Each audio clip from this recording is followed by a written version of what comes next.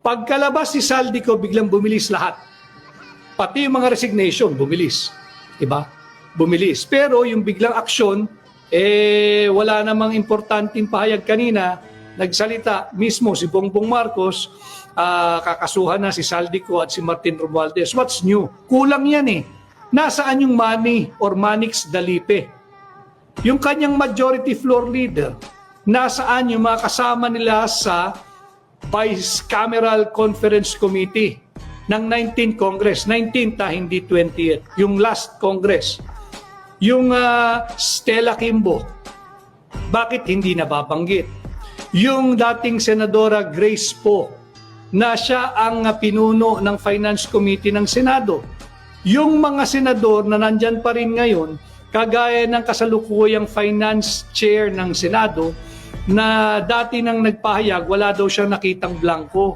Pinirmahan niya yung Vice-Cam report ng 19th Congress. Kaya bantayan natin ano ang kahinatnan nitong panukalang 2026 budget. Pagkat yung mga players po nandyan pa eh.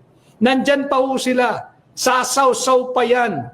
Magkakaroon pa ng insertion yan. Imaginein mo, yung pinuno ngayon ng Senate Finance Committee, yung chairman, si Senador Sherwin Gatchalian, pinirmahan niya yung Vice-Cam report ng 19th Congress at agad-agad siyang lumabas, sinabi niya, wala ako nakitang blanco. Nung ipit na, kasi yan pinuno ng aking mga technical working staff group.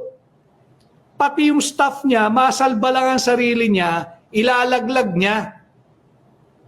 Yan ang klase ng karakter meron.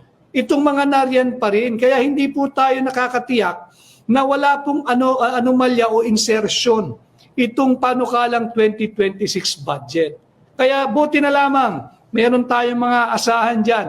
Sa mababang kapulungan, si Congressman Sid Ungab. Congressman Sid Ungab, sa ngalan ng mamamayang Pilipino, hindi kita pakikiusapan sapagkat ginagawa mo na. Nais kong ipatid ang aming pasasalamat sa iyo sa patuloy mong pagbabantay. Hanggat nandyan po ang isang katulad ni Congressman Sid Ungab, meron tayong mata sa loob ng Kongreso. Masisilip po niya yan, alam niya yan. Mababantayan natin. At the moment meron tayong makita,